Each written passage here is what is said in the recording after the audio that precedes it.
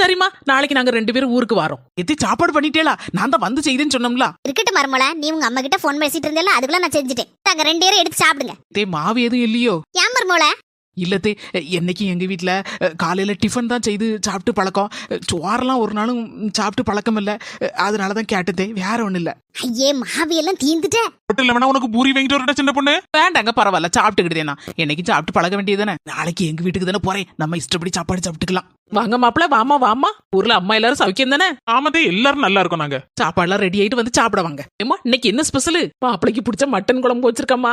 நல்ல சுட சுட குஸ்பு இட்லியும் அவிச்சு வச்சிருக்கேன். 2 பேரும் சாப்பிடுங்க. என்னம்மா, எனக்கு மட்டன் குழம்பு பிடிக்காதுன்னு உங்களுக்கு தெரியும்ல? இருக்கட்டுமா, இப்ப கல்யாணம் முடிஞ்சிட்டுல, மாப்பிளைக்கு பிடிச்சது தானே செய்து வைக்க முடியும். சரி பரவாயில்லம்மா, அட்ஜஸ்ட் பண்ணி சாப்பிட்டுக்கிட்டேன். கல்யாணம் முடிஞ்சிட்டுனாலே தனிப்பட்ட முறையில நமக்கு பிடிச்சதுன்னு எதுவுமே செய்ய மாட்டாங்க போல இருக்கு.